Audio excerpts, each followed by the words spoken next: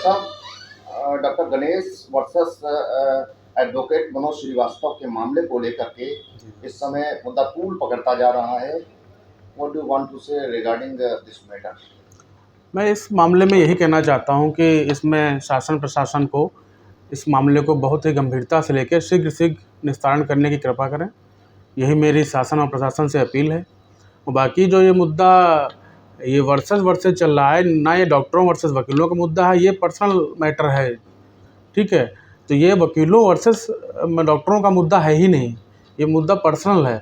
तो इसको पर्सनल तौर पे ही देख के इसका निस्तारण करें। शासन प्रशासन से मेरी यही अपील है ताकि एक खुशनुमा माहौल बन सके अस्पताल का, क्योंकि यहाँ इससे मैसेज बहुत गंदा जाता है कि वहाँ जाओ तो वहाँ ये हो रहा है, वो हो रहा है। काफ़ी संख्या में हमारे यहाँ पेशेंट आते हैं, लगभग 700-800 ओपीडी होती है हमारे यहाँ, इमरजेंसी भी होती है। इन सब से थोड़ा सा काम भी प्रभावित रहता है, डॉक्टरों को मनोबल भी टूटता है, क्योंकि ये मुद्दा कभी डॉक्टरों वर्सेस वकील का नहीं है, ये मुद्दा पर्सनल है।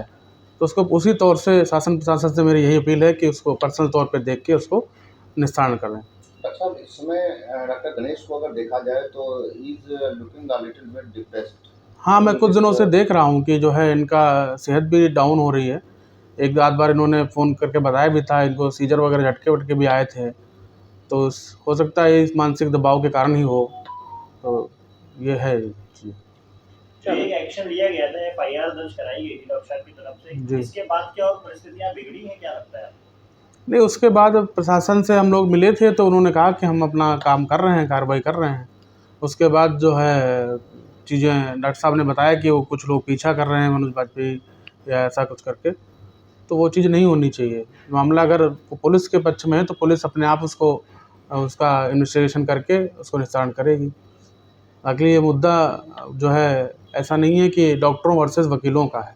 क्या हो सकता था जो अभी तक ये निस्तारण हो सकता था? कुछ ऐसा हो सकता है जहाँ कुछ लग रहा है आपको कुछ कमी है अभी भी? नहीं, अब ये तो जो इन्वेस्टिगेशन ऑफिसर हैं उनसे जो है वो वही कर पाएंगे, कितनी जल्दी उसका प्रक्रिया का करें।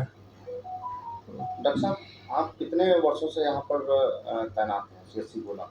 हम जो है 9 वर्ष पूरे हो चुके हैं हमको यहाँ पर। 9 वर्ष। हाँ। मैंने आपके कार्यकाल में मनोज वाजपेयी यहाँ पर फल फूल रहे थे?